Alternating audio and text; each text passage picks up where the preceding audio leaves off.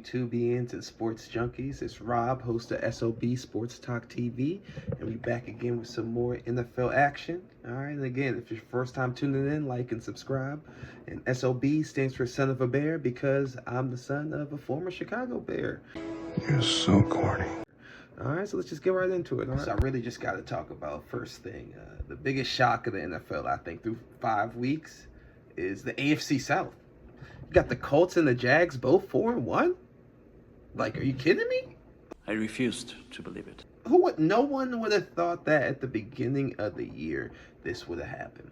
The Colts offense with Jonathan Taylor playing at an MVP level, and then Danny Dimes looking like having a resurgence in his career. Look, I know all Giants fans are sick as hell right now. It's okay. It's okay. Just demand a new GM. That's all I can say. Joe Sheehan's not the guy. He's not the guy. I told you. The guy. And then you go over to the Jacksonville Duval, the Jaguars, and Liam Cohn, who would have been like in a different life your elementary school IT guy. Like, come on, let's be real. He looks like a substitute gym teacher at like a high school. But no disrespect, because he's leading the Jaguars to their first win against the Chiefs since 2009. Trevor Lawrence is making comeback drives, like stumbling into the fucking end zone. It's crazy. Can't believe I just said that. It's crazy. And then they got the league's highest fucking turnover machine defense. Like, their defense is cooking this year. That 99-yard pick six by Devin Smith. Ooh, that was crazy.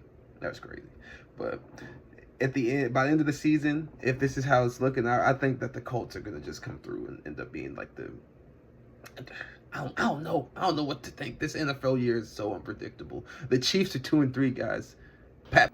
All right, on to my next topic. We talking about MVP watch. At least my MVP watch through 5 weeks of the NFL year. And from the eye test alone, I think there's three clear players in the running right now: Jared Goff, Baker Mayfield, and Jonathan Taylor. Let's hear him out, okay? It's that simple. First of all, Jonathan Taylor is having an insane year with the Colts right now. Again, he's always been, since he's been in the league, really one of the top 5, top 6 running backs in the league. But this year, he's looking like the best running back in the league. Already got 480 yards rushing, plus 6 touchdowns. And he also has another receiving touchdown, 130 plus yards receiving. So that man's already over 600 total yards. Like, Jesus Christ. He needs to relax. And that's helping with Danny Dimes having a nice comeback year, man. It's looking like he just needed some more talent and just didn't need to be on the Giants. It's just That actually makes sense. Giants are cursed since Eli Manning's left or retired. Then we also go into Tampa Bay with Bake Show. He has been on fire. I think, if I'm not mistaken, he has four fourth quarter comeback wins. He's 4-1. Man, him and the Mecca. He's a cooking something up. Mecca Buka is already a lock for the rookie of the year, no question. The man's he has proved that Ohio State produces some of the best receivers. No, like outside of LSU, Ohio State and LSU are like hands down neck and neck for who produces the best receivers in the league, because that connection between him and Baker is looking very special. Very special. So it might be a close race for like who's top in terms of team-wise for the NFC between again, we'll keep the Eagles up there because they won the championship, but something about them I just can't trust this year. I don't trust them. I don't know what it is. But Lions and Tampa Bay.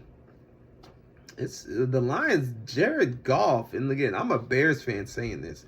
Jared Goff is playing the best football he's playing in his career. Even without Ben Johnson, their offense has been clicking on all cylinders with Sonic and Knuckles back there too.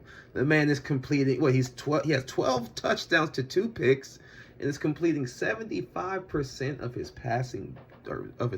Like, 75% is ridiculous. He's not missing.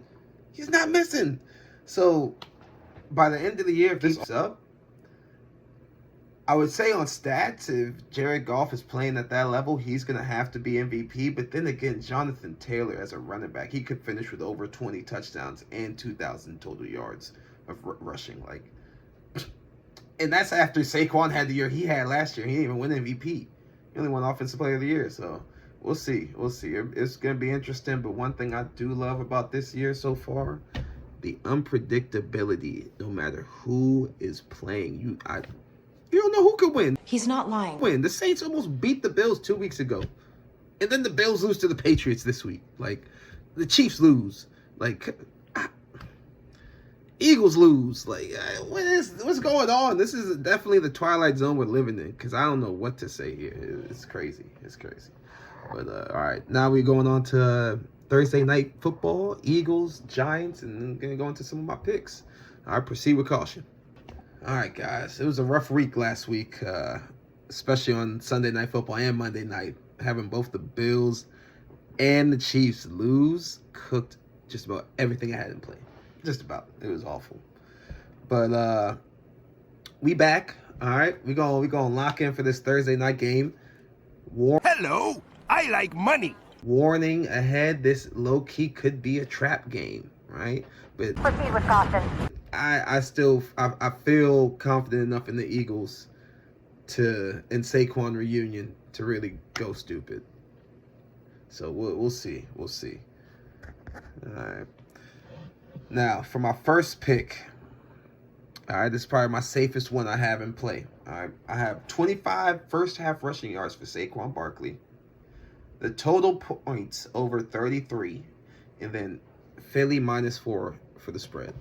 Write that down. All right. So, again, some people might consider 25 rush yards for Saquon the first half as risky, which I don't know. I feel like Saquon, he has it out for the Giants. He's going to, like, this year. I will admit, he's been struggling this year. He hasn't been the Saquon of last year. But something about me tells me he's about to just give it to the Giants, and he's just going to go for at least 70 yards, and a lot's going to come in the first half. We'll see. We'll see. All right, but on to my second pick, which is a little riskier. All right, he's going to get riskier and riskier as we keep going. Withdraw all your money and hide it. All right, but I have over 34 points for the total. Then I have the Giants under 20.5 points.